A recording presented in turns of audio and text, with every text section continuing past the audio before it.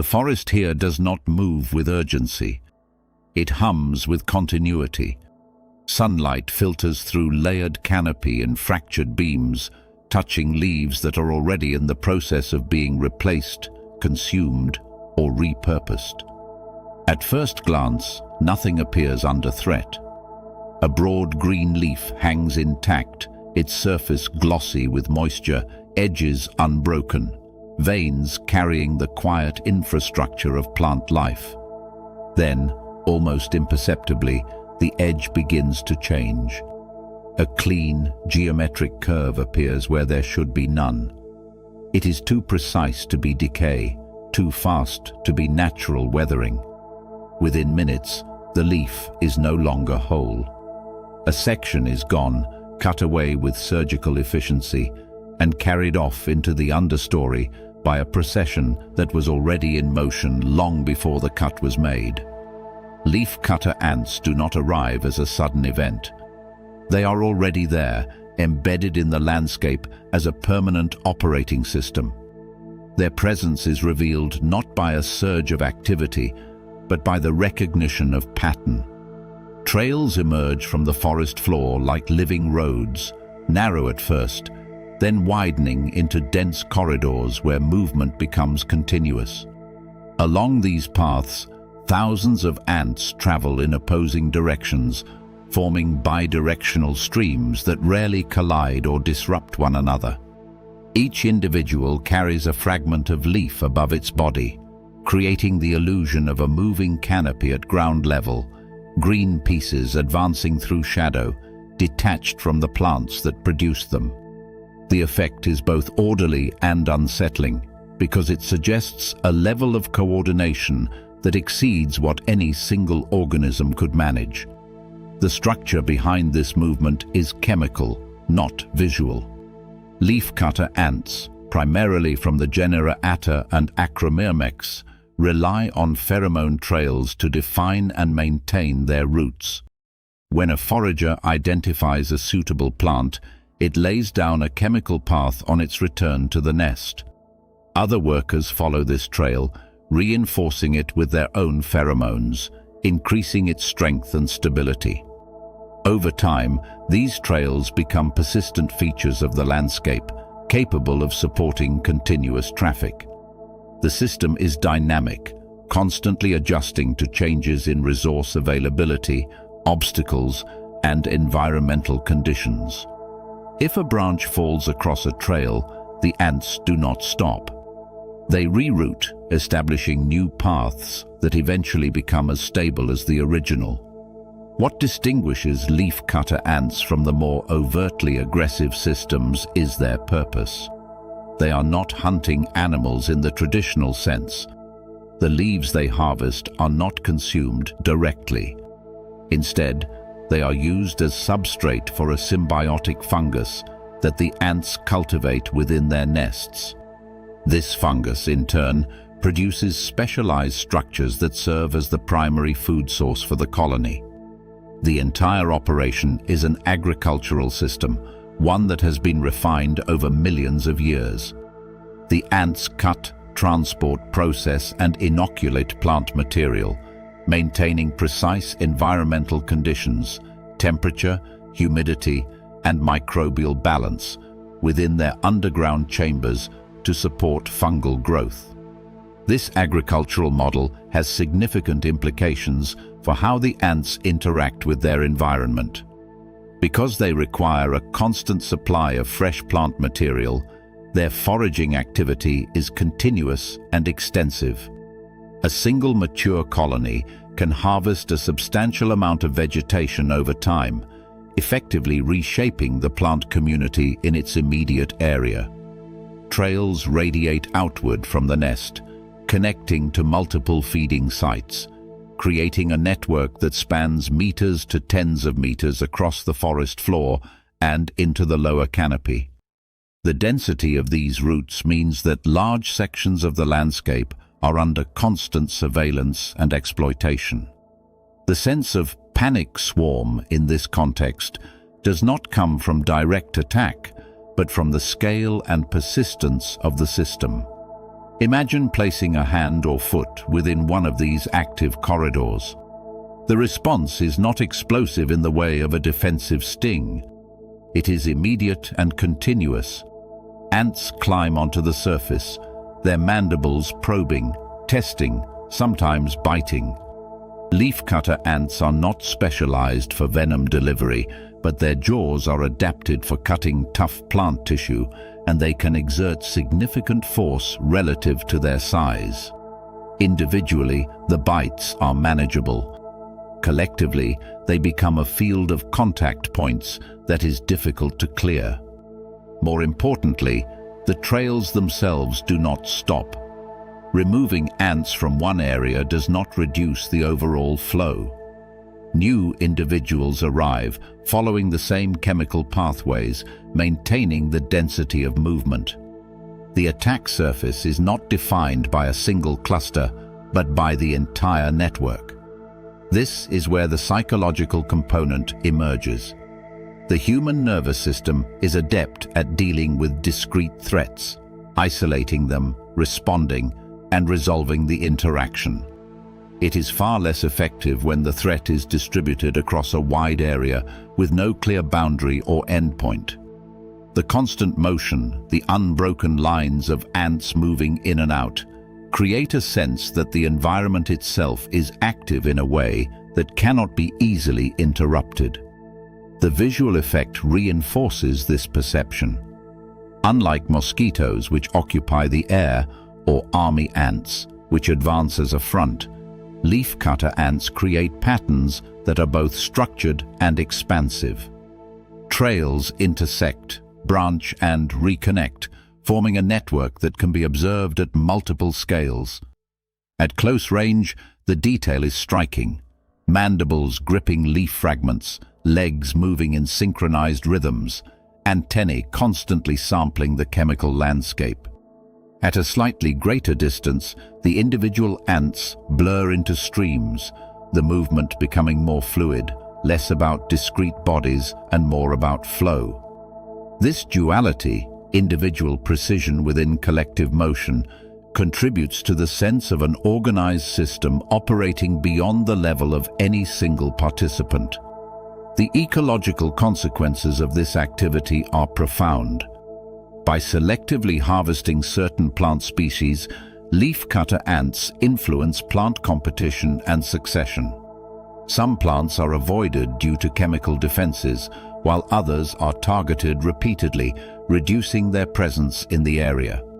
This selective pressure can shape the composition of the understory over time. In addition, the soil excavation required to build and maintain the nest alters the physical structure of the ground, affecting drainage, aeration, and nutrient distribution. The fungus gardens themselves represent concentrated zones of biological activity, where plant material is broken down and transformed, contributing to nutrient cycling within the ecosystem. The ants' symbiotic relationship with their fungus also introduces a layer of microbial management that is often overlooked.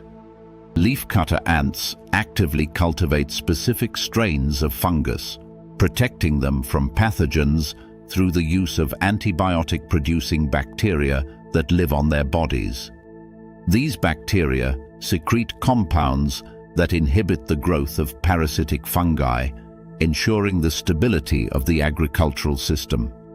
This tripartite interaction, ant, fungus, and bacteria, demonstrates a level of biological integration that rivals more familiar forms of agriculture, highlighting the complexity of insect societies and their ability to manipulate their environment at multiple levels. Predator-prey interactions within this system are also nuanced. While leafcutter ants are not primary prey for many larger animals due to their defensive capabilities and the sheer number of individuals involved, they are not immune to predation. Some birds and mammals have developed strategies to exploit the trails, picking off ants or targeting the leaf fragments they carry. Certain parasitic flies lay eggs on the ants, with larvae that develop at the expense of the host. These interactions add layers of pressure and adaptation, ensuring that even a highly organized system remains embedded within a broader network of ecological relationships. From the perspective of a larger organism encountering this network, the challenge is not survival in the face of lethal force, but maintaining control in the face of constant, distributed interaction. The ants do not need to overwhelm physically. They only need to maintain contact across enough points for long enough that the situation becomes difficult to manage. Each bite, each movement across the skin, each new arrival reinforces the sense that the system is larger than any single response can handle. The forest floor, which appeared stable moments before, reveals itself as an active surface, threaded with pathways that are always in use, always being reinforced. This is where the concept of panic returns, not as a reaction to immediate danger, but as a response to scale and coordination. The human brain seeks patterns it can simplify, threats it can isolate. Leafcutter ants resist this simplification. Their activity is too distributed, their routes too numerous, their motion too constant. There is no single point to address, no clear moment where the interaction ends. Even stepping away from one trail may place you onto another, as the network extends beyond what is immediately visible. In the context of the broader theme, this chapter expands the definition of what it means to be attacked all at once. It shows that overwhelming pressure does not require venom or aggressive pursuit. It can arise from the accumulation of small, precise actions carried out by a system that does not pause. The ants do not need to escalate their behavior. Their baseline activity is already sufficient to create a scenario where the environment feels saturated with interaction. Leafcutter ants demonstrate that dominance in the Amazon is not always expressed through violence. It can be expressed through occupation, through the ability to map, traverse, and exploit space so thoroughly that any intrusion becomes immediately entangled in the system. The panic they induce is subtle but persistent, rooted in the realization that the ground beneath you is not passive. It is organized, active, and already in motion, whether you are aware of it or not. Night in the Amazon does not fall cleanly. It builds in layers, as if the forest is dimming itself from the ground up, rather than being switched off from above. The last bands of light withdraw from the canopy, leaving the understory suspended in a dense, humid twilight where shapes lose their edges but do not disappear entirely. Air thickens with moisture, carrying scent and sound more efficiently than it does during the day. Movement slows, but it does not stop. It changes character. What was once defined by visibility becomes defined by signal, by what can still be detected when the eye is no longer the dominant sense. Then, almost without transition, the darkness begins to populate itself with light. At first, it appears as isolated flashes. A single point ignites in the mid-distance, hangs for a fraction of a second, then vanishes. Another answers from a different angle. Then a third, slightly higher, slightly closer. Within moments, the pattern begins to build. The forest is no longer just dark space punctuated by occasional light. It becomes a field of intermittent signals, each one independent, yet collectively forming a dynamic visual system that shifts constantly in density and arrangement.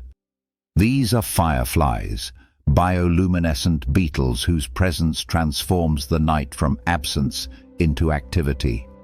Unlike every other chapter that came before, this is not an attack. There is no bite, no sting, no direct physical interaction that defines the encounter. And yet, the effect on perception is immediate and profound. The brain, conditioned to interpret sudden movement and flashes of contrast as potential threats, is forced to process a high volume of stimuli that do not resolve into a single coherent source. Each flash is brief, localized, and gone before it can be tracked fully.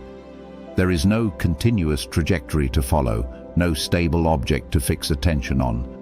The result is not fear in the traditional sense, but a form of cognitive saturation, a state where the visual system is working continuously but never settling. The biology behind this display is precise. Fireflies produce light through a chemical reaction involving luciferin, luciferase, oxygen, and ATP within specialized light-producing organs located in their abdomens. This bioluminescence is highly efficient, generating minimal heat while producing visible light that can be modulated in intensity and timing. Each species has its own signaling pattern, specific intervals, durations, and flight behaviors that function as a communication system, primarily for mating. Males typically fly and emit patterned flashes, while females, often perched on vegetation, respond with their own signals, creating a dialogue of light across the forest. In isolation, this system is elegant and contained. In density, it becomes something else entirely. When dozens or hundreds of individuals occupy the same volume of space, their signals overlap, intersect, and interfere with one another. Patterns that are distinct at low density become harder to isolate. The brain attempts to group flashes into meaningful sequences to track movement across time, but the sheer number of inputs disrupts this process. What emerges is a kind of visual noise, structured at the level of the individual, but chaotic at the level of the observer. Humidity plays a critical role in amplifying this effect. In the Amazon, night air is saturated with moisture, which affects both the transmission of light and the behavior of the insects themselves. High humidity can enhance the visibility of bioluminescent signals by reducing atmospheric scattering at small scales, allowing flashes to appear sharper and more defined against the dark background. At the same time, it influences flight behavior, as insects adjust their activity to conditions that support energy efficiency and successful signaling. The result is often a concentration of activity during specific windows of the night when temperature and humidity align to create optimal conditions for communication. For an animal moving through this environment, the consequences are subtle but significant. The visual field is no longer stable. Points of light appear and disappear unpredictably, drawing attention in multiple directions at once. Depth perception becomes more difficult as the brain struggles to assign distance to brief, isolated flashes. Movement, whether self-generated or external, becomes harder to interpret against a background that is constantly changing. This does not create immediate danger, but it alters the conditions under which danger is detected. Predators and prey alike must navigate this altered sensory landscape. Some species have adapted to exploit it. Certain firefly species engage in deceptive signaling, mimicking the flash patterns of other species to lure individuals into close proximity, where they are then captured and consumed. This introduces a predatory layer into what might otherwise be perceived as purely reproductive behavior. Other animals use the presence of fireflies as indirect cues, associating areas of high activity with particular environmental conditions, such as proximity to water or specific vegetation types. At the same time, the swarm of light can mask other signals. A predator moving quietly through the understory may be less noticeable when the observer's attention is fragmented across dozens of competing visual inputs. A small movement in the shadows may go undetected, not because it is invisible, but because it is not prioritized. The brain, already engaged in processing the dynamic light field, allocates fewer resources to interpreting low-contrast motion. In this way, the firefly swarm does not create danger directly. It reshapes the perceptual environment in which danger operates. There is also a feedback loop between expectation and interpretation. After experiencing the earlier forms of swarm behavior, the advancing fronts, the biting densities, the sudden contact zones, the brain becomes primed to associate multiplicity with threat. Many bodies moving at once have, until now, been linked to immediate consequences. When the same visual condition appears in the form of fireflies, the initial response may carry traces of that expectation. Attention sharpens, posture adjusts, the body prepares for interaction that does not arrive. Over time, this mismatch between expectation and outcome can lead to hesitation, to second-guessing, to a subtle erosion of confidence in one's ability to interpret the environment accurately. This is where the intelligence of the closer reveals itself. The Amazon is not defined by a single type of threat. It is defined by variability, by the constant need to interpret signals correctly under changing conditions. Swarm behavior is one of the most powerful ways this variability expresses itself because it scales. It takes a simple mechanism, movement, contact, signal, and multiplies it until the brain must process it as a system, rather than as individual events. In earlier chapters, that system translated directly into physical interaction. Here, it translates into perceptual load.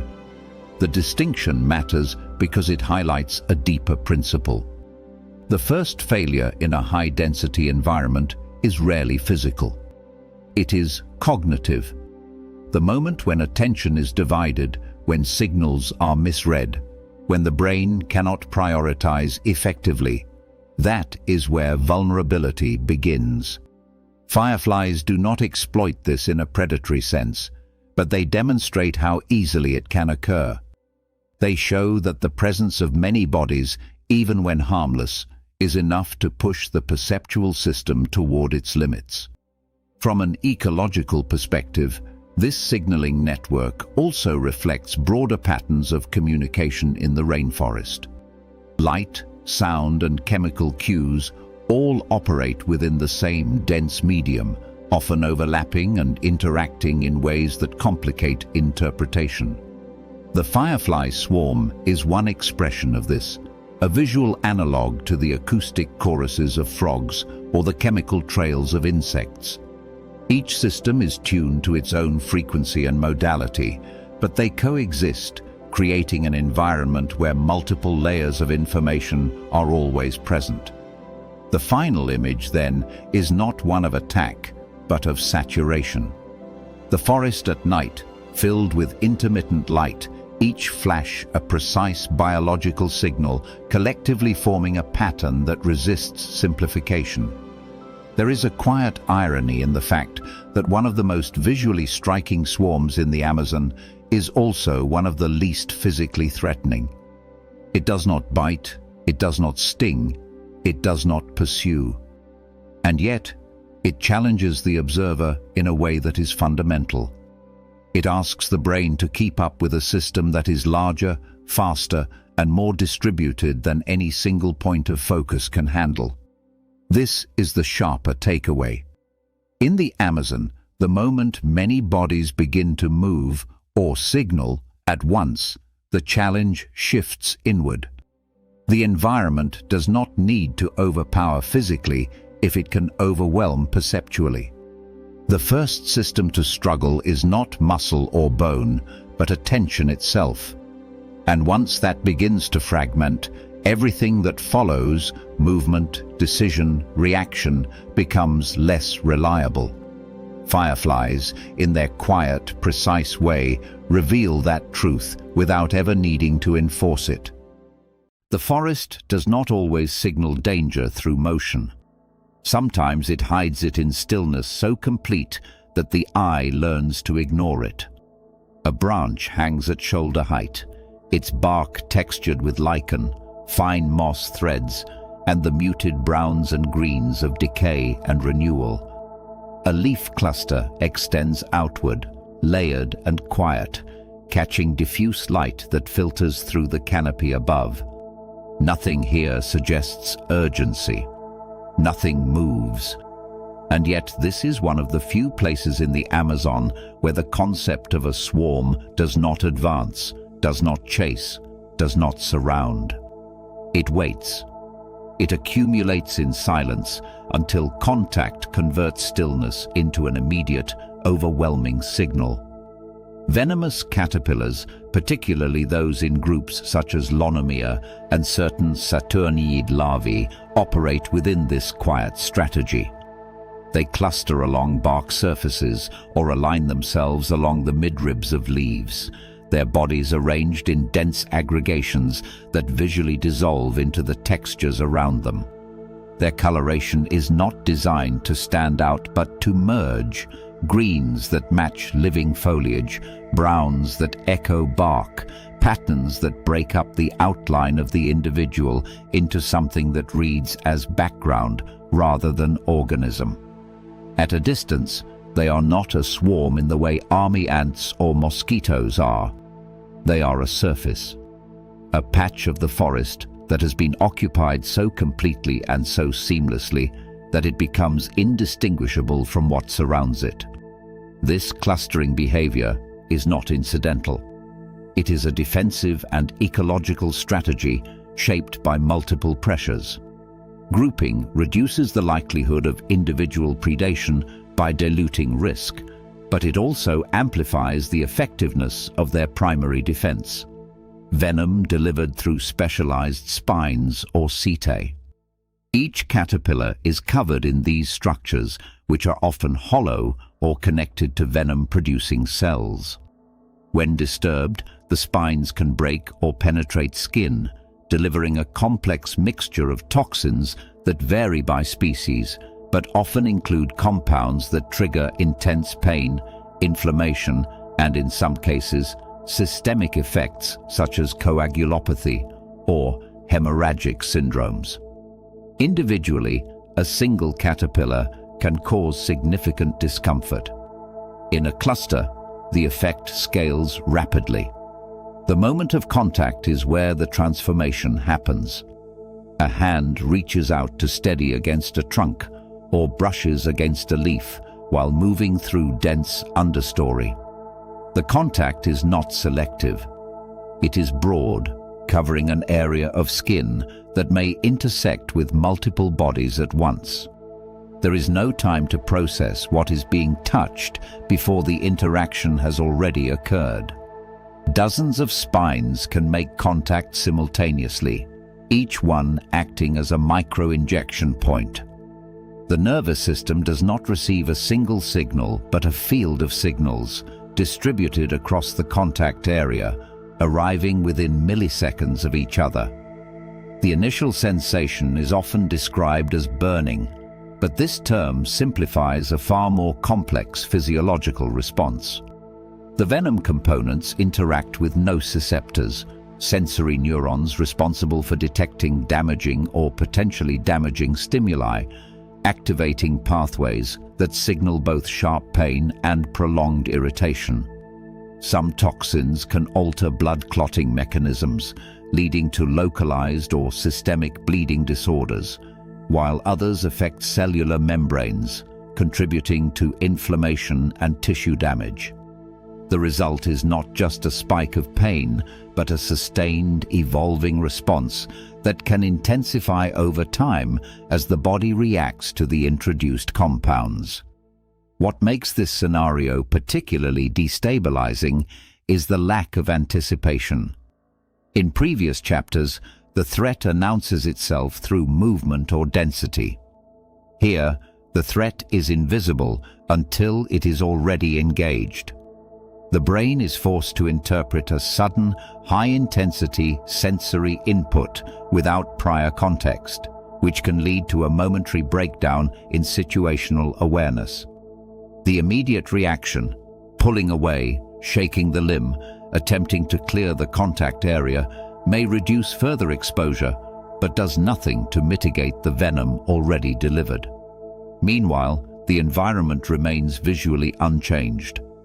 The branch still looks like a branch. The leaves still appear intact.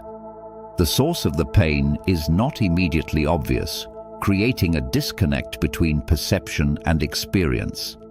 This disconnect is where the psychological component of the panic swarm emerges in a different form. It is not driven by the presence of many moving attackers, but by the realization that a single, ordinary interaction has triggered multiple simultaneous exposures. The body is dealing with a distributed injury across a contact surface, and the mind is trying to reconcile that with an environment that does not appear to have changed.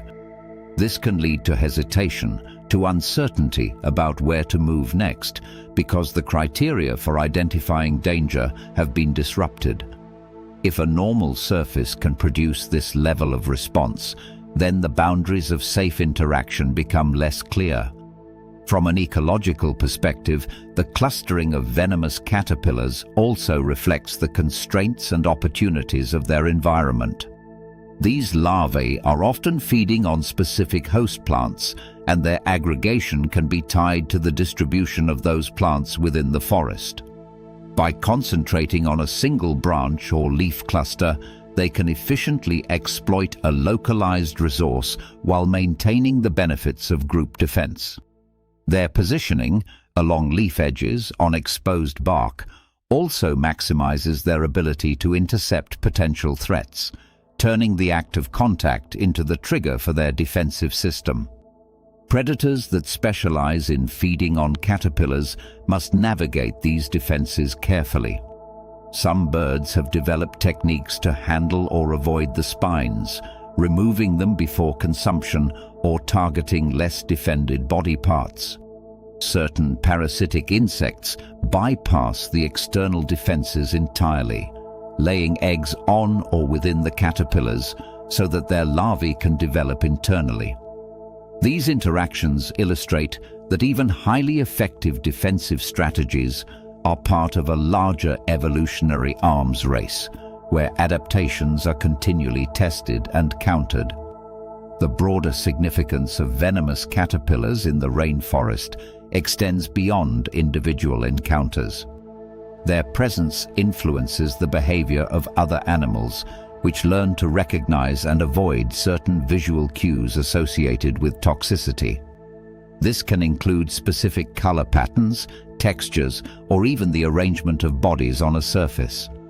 Over time, these cues can shape movement patterns within the forest as animals adjust their routes to minimize the risk of contact. In this way, a relatively small organism can exert a disproportionate influence on the spatial dynamics of its environment. There is also an important temporal dimension to consider. Caterpillar populations can fluctuate based on seasonal factors, plant availability, and reproductive cycles. During periods of high abundance, the likelihood of encountering clusters increases, raising the overall risk of contact. These pulses can create temporary zones of heightened hazard within the forest, where otherwise routine interactions, grasping a branch, brushing against foliage, carry a significantly higher cost.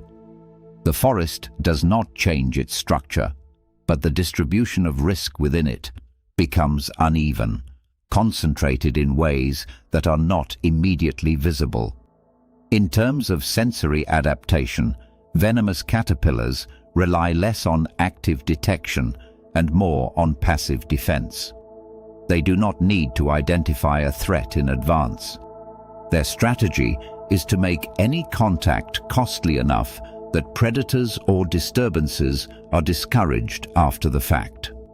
This is a different approach from the active tracking seen in mosquitoes or the coordinated advance of ants. It is a form of defense that leverages the predictability of interaction. If something touches the surface, it will experience the consequence. The swarm, in this sense, is defined not by movement, but by density and readiness. This challenges the conventional idea of what a swarm represents. It suggests that a swarm does not need to pursue or surround to be effective. It can exist as a latent condition, a concentration of potential that is activated only when another organism crosses a threshold of interaction. The panic, therefore, is delayed but immediate in its impact. It arrives not as a warning, but as a realization, one that the body processes faster than the mind can interpret. In the context of the broader narrative, this chapter adds a critical dimension. It demonstrates that the Amazon's threats are not always dynamic or visible. Some are embedded within the very surfaces that define the environment. The forest can present a calm, stable interface, while concealing clusters of organisms that transform that interface into a site of intense interaction. The transition from neutral to hostile is not gradual. It is instantaneous, triggered by touch. This is what makes venomous caterpillars such an effective curveball. They redefine the relationship between movement and danger, showing that stillness can be just as potent as motion when combined with the right biological mechanisms. The swarm does not need to come to you. It only needs to be where you are about to place your hand. And in that moment, when contact turns into a cascade of simultaneous signals, the body understands something the eye did not, that the forest was never as passive as it seemed. Night in the Amazon does not fall cleanly. It builds in layers, as if the forest is dimming itself from the ground up, rather than being switched off from above. The last bands of light withdraw from the canopy, leaving the understory suspended in a dense, humid twilight where shapes lose their edges but do not disappear entirely. Air thickens with moisture, carrying scent and sound more efficiently than it does during the day. Movement slows, but it does not stop. It changes character. What was once defined by visibility becomes defined by signal, by what can still be detected when the eye is no longer the dominant sense. Then, almost without transition, the darkness begins to populate itself with light. At first, it appears as isolated flashes. A single point ignites in the mid-distance, hangs for a fraction of a second, then vanishes. Another answers from a different angle. Then a third, slightly higher, slightly closer. Within moments, the pattern begins to build. The forest is no longer just dark space punctuated by occasional light. It becomes a field of intermittent signals, each one independent, yet collectively forming a dynamic visual system that shifts constantly in density and arrangement. These are fireflies, bioluminescent beetles whose presence transforms the night from absence into activity. Unlike every other chapter that came before, this is not an attack. There is no bite, no sting, no direct physical interaction that defines the encounter. And yet, the effect on perception is immediate and profound. The brain, conditioned to interpret sudden movement and flashes of contrast as potential threats, is forced to process a high volume of stimuli that do not resolve into a single coherent source. Each flash is brief, localized, and gone before it can be tracked fully. There is no continuous trajectory to follow, no stable object to fix attention on. The result is not fear in the traditional sense, but a form of cognitive saturation, a state where the visual system is working continuously but never settling. The biology behind this display is precise. Fireflies produce light through a chemical reaction involving luciferin, luciferase, oxygen, and ATP within specialized light-producing organs located in their abdomens. This bioluminescence is highly efficient, generating minimal heat while producing visible light that can be modulated in intensity and timing. Each species has its own signaling pattern, specific intervals, durations, and flight behaviors that function as a communication system, primarily for mating. Males typically fly and emit patterned flashes, while females, often perched on vegetation, respond with their own signals, creating a dialogue of light across the forest. In isolation, this system is elegant and contained. In density, it becomes something else entirely. When dozens or hundreds of individuals occupy the same volume of space, their signals overlap, intersect, and interfere with one another. Patterns that are distinct at low density become harder to isolate. The brain attempts to group flashes into meaningful sequences to track movement across time, but the sheer number of inputs disrupts this process. What emerges is a kind of visual noise, structured at the level of the individual, but chaotic at the level of the observer. Humidity plays a critical role in amplifying this effect. In the Amazon, night air is saturated with moisture, which affects both the transmission of light and the behavior of the insects themselves. High humidity can enhance the visibility of bioluminescent signals by reducing atmospheric scattering at small scales, allowing flashes to appear sharper and more defined against the dark background. At the same time, it influences flight behavior, as insects adjust their activity to conditions that support energy efficiency and successful signaling. The result is often a concentration of activity during specific windows of the night when temperature and humidity align to create optimal conditions for communication. For an animal moving through this environment, the consequences are subtle but significant. The visual field is no longer stable. Points of light appear and disappear unpredictably, drawing attention in multiple directions at once. Depth perception becomes more difficult as the brain struggles to assign distance to brief, isolated flashes. Movement, whether self-generated or external, becomes harder to interpret against a background that is constantly changing. This does not create immediate danger, but it alters the conditions under which danger is detected.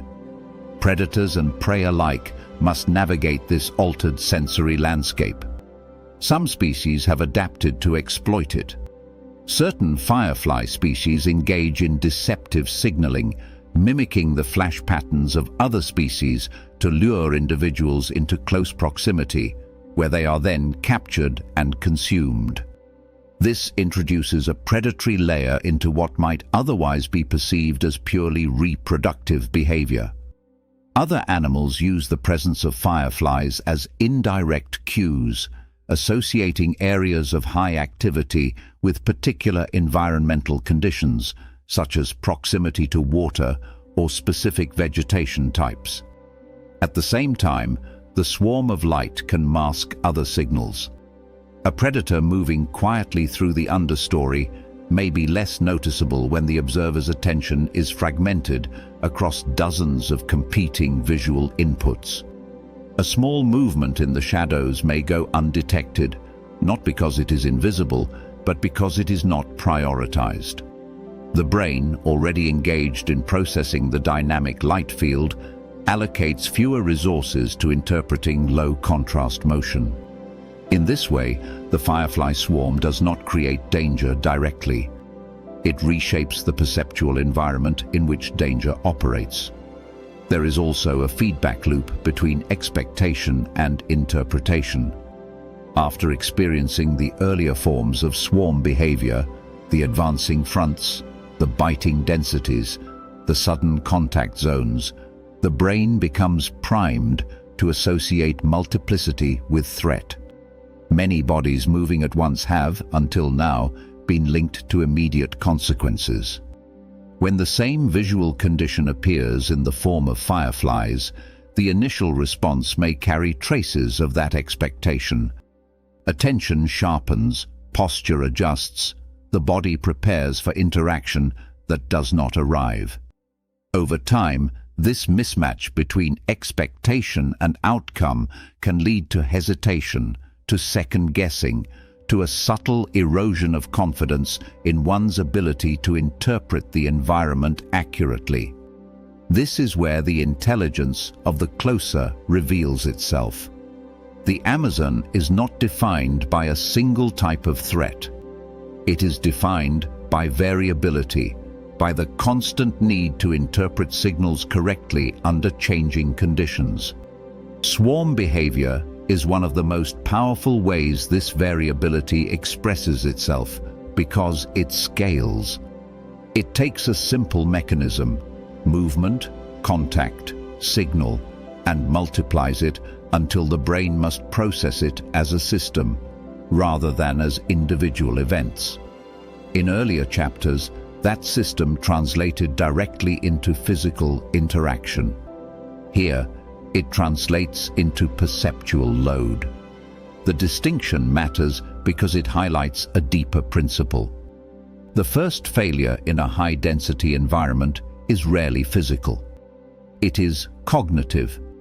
The moment when attention is divided, when signals are misread, when the brain cannot prioritize effectively, that is where vulnerability begins.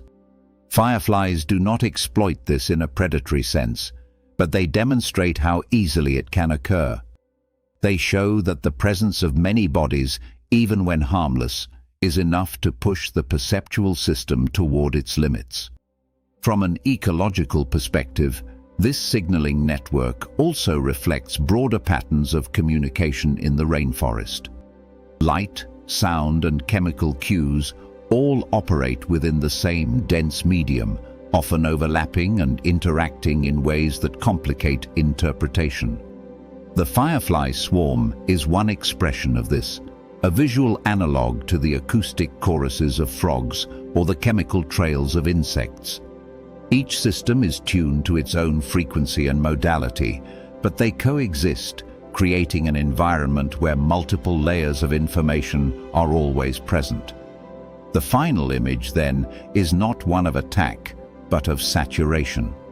The forest at night, filled with intermittent light, each flash a precise biological signal, collectively forming a pattern that resists simplification.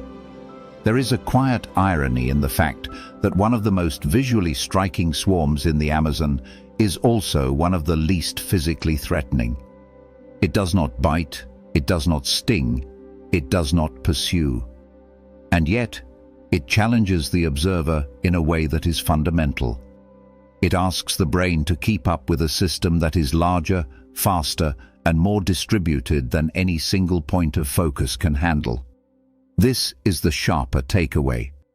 In the Amazon, the moment many bodies begin to move or signal at once, the challenge shifts inward. The environment does not need to overpower physically if it can overwhelm perceptually. The first system to struggle is not muscle or bone, but attention itself. And once that begins to fragment, everything that follows, movement, decision, reaction, becomes less reliable. Fireflies, in their quiet, precise way, reveal that truth without ever needing to enforce it. The forest floor does not announce the shift. There is no single sound, no obvious trigger that warns of what is coming. Instead, the change begins as a subtle rearrangement of movement.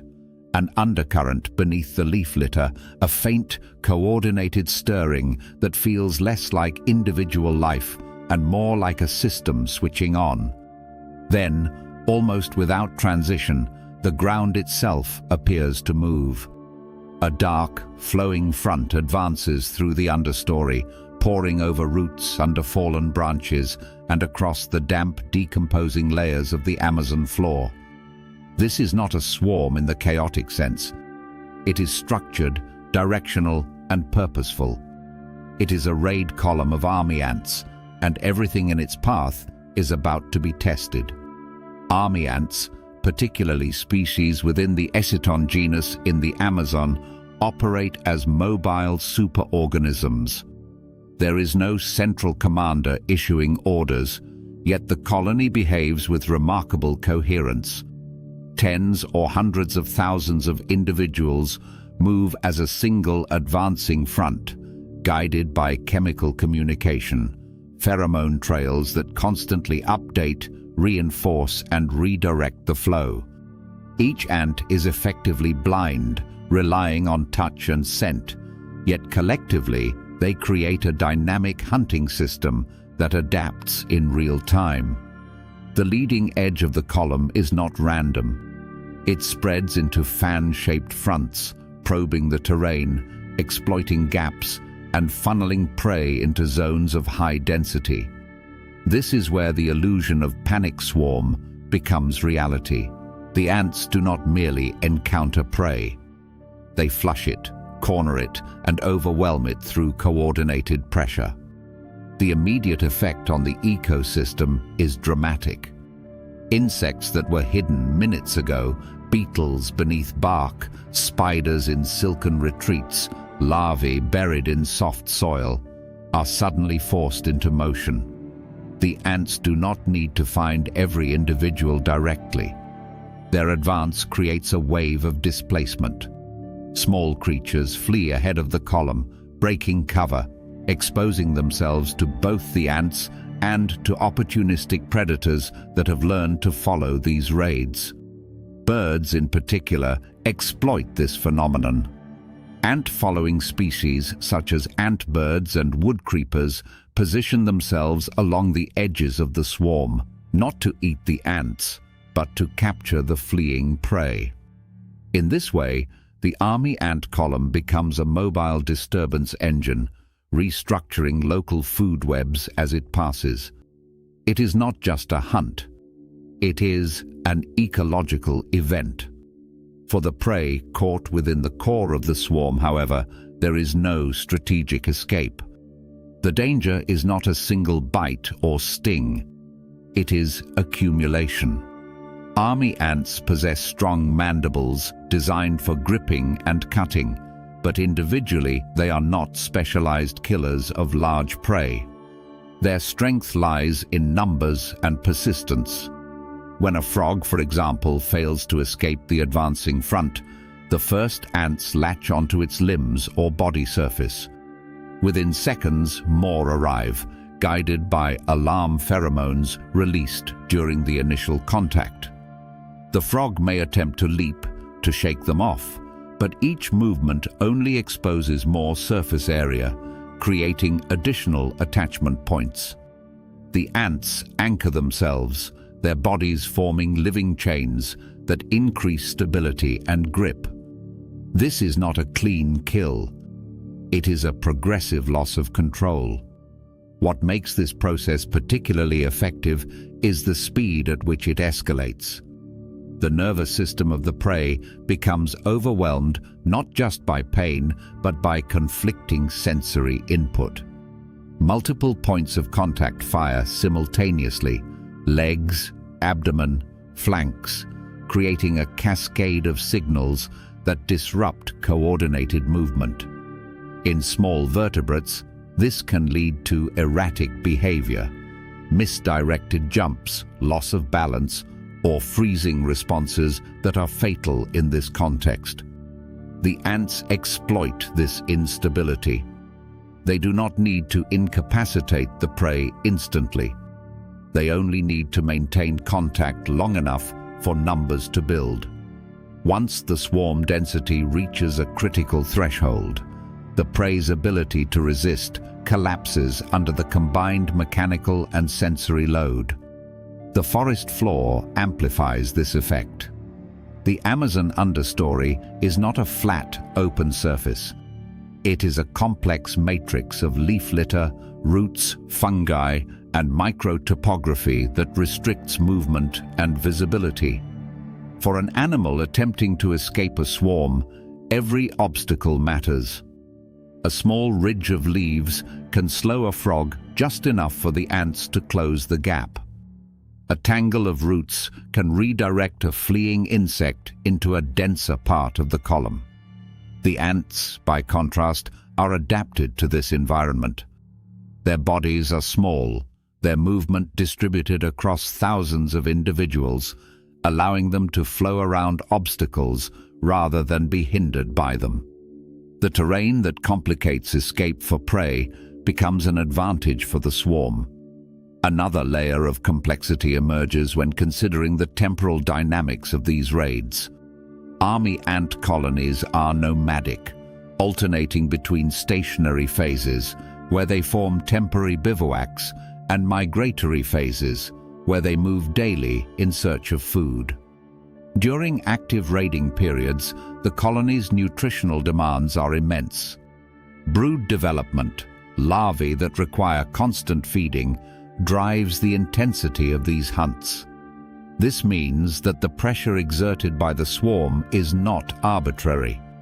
It is tied to internal biological cycles that dictate when and how aggressively the colony must feed. From an ecological perspective, this creates pulses of predation that ripple through the forest, influencing population dynamics of numerous species. The concept of panic swarm is often misunderstood as chaos, but in army ants it is the opposite. Panic arises in the prey because the system they face is so structured and relentless that there is no clear point of failure to exploit. A solitary predator can be evaded, distracted, or outmaneuvered. A swarm like this cannot. There is no single target to fight, no moment where the threat can be neutralized. Even if part of the column is disrupted, the rest continues to advance, guided by the same chemical logic. This distributed resilience is what makes army ants so effective. They are not powerful as individuals. They are powerful because they remove the possibility of isolating the threat. Interestingly, not all interactions with army ants are lethal. Some species have evolved strategies to coexist or even exploit the presence of these swarms. Certain insects mimic the chemical signatures of the ants, allowing them to move within the columns undetected. Others specialize in scavenging the remains of prey items that the ants have processed. Even some vertebrates, like certain lizards, have been observed positioning themselves near swarm fronts to capture fleeing insects, similar to the birds. This highlights an important ecological principle. Even the most aggressive systems create niches for adaptation. The army ant swarm is both a force of destruction and a generator of opportunity. However, for the majority of small organisms on the forest floor, the arrival of a raid column is a moment of acute risk. The speed of the advance, combined with the density of attackers, creates a scenario where decision-making time is drastically reduced. An insect that hesitates for a fraction of a second may find its escape route cut off. A frog that misjudges the direction of the swarm may leap directly into a denser section. This is where the concept of panic becomes biologically relevant. Panic is not just an emotional state, it is a breakdown of effective response under overwhelming stimulus. The swarm induces this by presenting too many simultaneous threats for the nervous system to process efficiently. From a broader perspective, army ants play a crucial role in maintaining the balance of the rainforest ecosystem. By preying on a wide range of invertebrates and small vertebrates, they help regulate populations that could otherwise become dominant. Their raids also contribute to nutrient cycling, as the remains of consumed prey are redistributed across the forest floor. The disturbance they create can even influence plant dynamics, as the movement of soil and organic matter affects seed germination and decomposition processes. In this sense, the swarm is not just a predator, it is an agent of ecological change. Yet none of this context diminishes the immediate reality of encountering such a system. When the forest floor begins to move, when the first wave of ants spills over a log or emerges from beneath a layer of leaves, the transformation is total. What was a stable environment becomes a shifting, hostile surface. Every contact point is a potential grip, every second an opportunity for the swarm to expand its hold. There is no negotiation, no pause, no moment where the pressure relents. The only viable strategy is to be somewhere else before the front arrives. This is why army ants are the perfect opening to the concept of a panic swarm. They demonstrate, with clarity and force, that danger in the Amazon is not always about size, venom, or individual strength.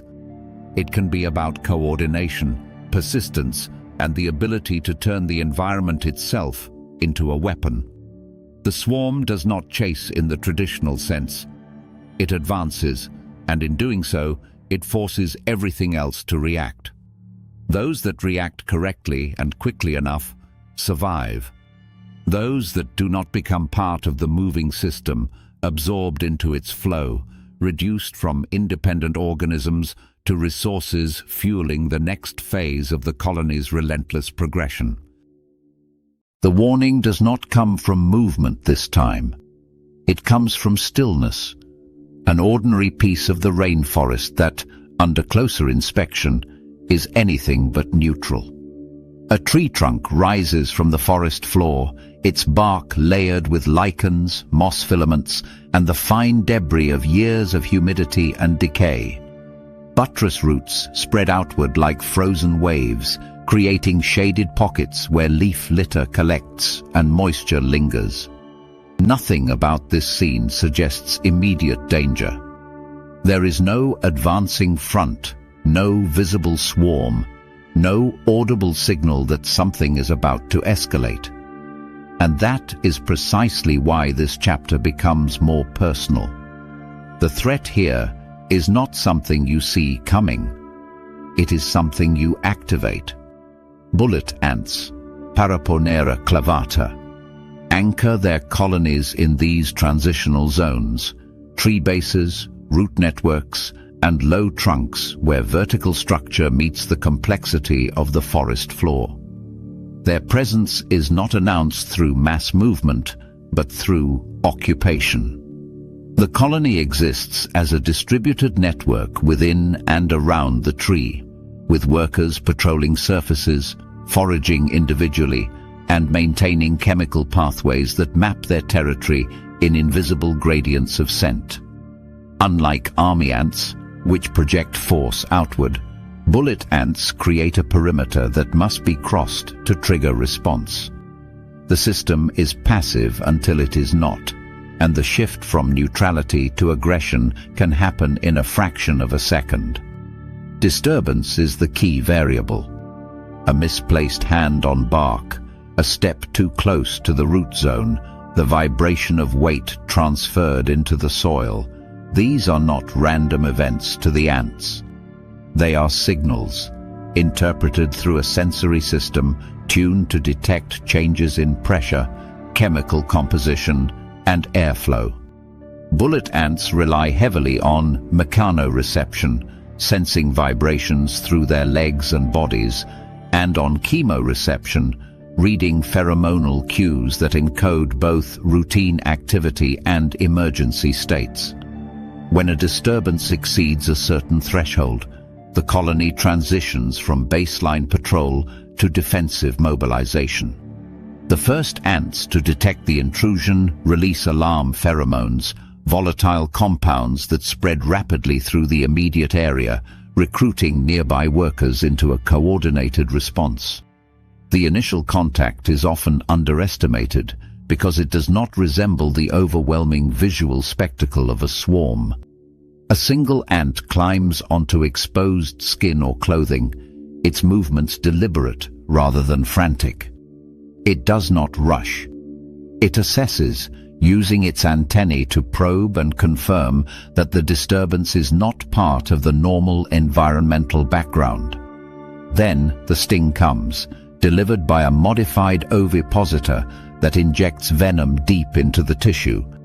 The sensation is immediate and intense, often described as disproportionate to the size of the animal delivering it. This is not incidental. The venom of bullet ants contains a neurotoxic peptide known as ponerotoxin, which targets voltage-gated sodium channels in nerve cells. By interfering with the normal function of these channels, the toxin disrupts the transmission of electrical signals, leading to prolonged depolarization and sustained activation of pain pathways. What matters in this chapter, however, is not the first sting. It is what follows. The alarm pheromone released during the initial contact does not dissipate instantly. It lingers, creating a chemical hotspot that draws in additional workers from the surrounding area. These ants do not arrive simultaneously in a visible wave. They emerge from crevices, descend from higher points on the trunk, and converge from the leaf litter at the base. The escalation is spatially complex, building from multiple directions rather than a single front. Each new ant that reaches the disturbance site reinforces the alarm signal, amplifying the response and extending its duration. As the number of ants increases, the experience transitions from a singular event to a distributed assault. Multiple individuals attempt to anchor themselves to the intruding surface, using their mandibles to grip while positioning their abdomens for repeated stings. Unlike some stinging insects that leave their stingers behind, bullet ants can sting multiple times, each injection adding to the cumulative effect. The venom does not simply create localized pain. It generates a broader physiological response that can include radiating waves of discomfort, muscle tremors, and a sense of systemic disruption that extends beyond the initial site of contact. From a behavioral perspective, this is where the breakdown begins. The human nervous system, or that of any similarly sized vertebrate, is not optimized to process multiple high-intensity pain signals arriving in rapid succession from different points on the body. Pain, in evolutionary terms, is a warning system designed to prompt withdrawal from harmful stimuli. When the stimuli are singular and discrete, the response can be targeted and effective. When they are multiple and overlapping, the system becomes saturated. Attention fragments. Motor control degrades. Movements become less precise, less efficient, and often counterproductive. In the context of a bullet ant encounter, this means that attempts to remove the ants or retreat from the area can become disorganized. Swatting at one ant may expose another area of skin, creating a new point of contact. Rapid movement through the root zone can increase vibration, potentially recruiting more ants from the colony. Even the act of stepping back can be compromised if balance is affected by the intensity of the pain response. This is the psychological dimension of the swarm, not fear in the abstract sense, but a measurable loss of composure and control under sustained sensory assault. The forest environment compounds this effect. The base of a tree is rarely an open, obstacle-free space. It is structured by roots, uneven ground, and layers of decomposing material that shift underfoot. Visibility is limited, and the vertical dimension of the trunk adds another axis from which ants can approach. While the victim focuses on the immediate points of pain, the spatial context becomes harder to track. This is not a chase scenario where direction and distance are clear. It is a localized engagement where the boundaries of the threat are defined by invisible chemical gradients rather than visible movement. From the perspective of the ants, this defensive strategy is highly efficient. The colony does not need to maintain a constant high level of activity. It can remain relatively dispersed, conserving energy until a disturbance provides a clear signal to concentrate force. The use of potent venom ensures that even a small number of individuals can create a significant deterrent effect. The recruitment system allows for rapid scaling, increasing the intensity of the response in proportion to the perceived threat. This combination of sensitivity, potency, and coordination reflects a finely tuned evolutionary balance between resource expenditure and defensive capability. There is also an important ecological context to consider. Bullet ants are not indiscriminate aggressors. Their defensive behavior is tied to the protection of the colony, particularly the brood, larvae and pupae that represent the future of the population. The placement of nests in tree bases and root systems is strategic, offering structural stability and access to both arboreal and ground-level foraging routes. This positioning, however, also increases the likelihood of encounters with larger animals that use trees for support, navigation, or feeding. The intensity of the defensive response can be understood as a necessary adaptation to a high-risk interface between the colony and its environment. Interestingly, the impact of bullet ant stings extends beyond immediate pain in ways that are still being studied.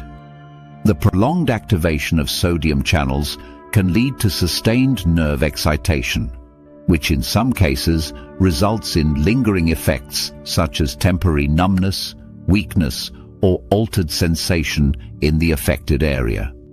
These after effects can last for hours, sometimes longer, creating a temporal extension of the encounter that goes beyond the initial event.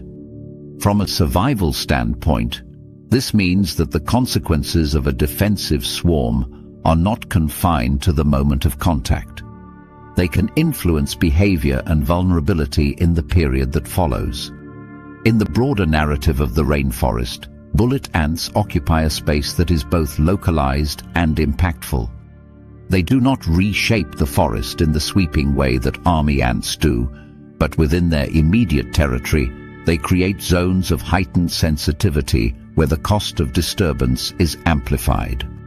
Other animals learn to recognize and avoid these zones, adjusting their movement patterns accordingly. Some species may exploit the presence of bullet ants as a deterrent to predators, positioning themselves near colonies to reduce the likelihood of attack. This creates a subtle layer of spatial organization within the forest, where the distribution of pain influences the distribution of behavior. The concept of a panic swarm evolves here into something more intimate and immediate. It is no longer about being overtaken by a visible mass. It is about triggering a system that converts a single point of contact into a cascade of escalating signals. The swarm is not defined by its size, but by its effect on the nervous system of the victim. Multiple stings, delivered in rapid succession, create a scenario where the ability to think clearly, move effectively, and maintain control is compromised. The body becomes the battleground, and the rules of engagement are dictated by the biology of pain. This is what makes bullet ants such a powerful second chapter. They demonstrate that the idea of being broken all at once does not require overwhelming numbers in the traditional sense.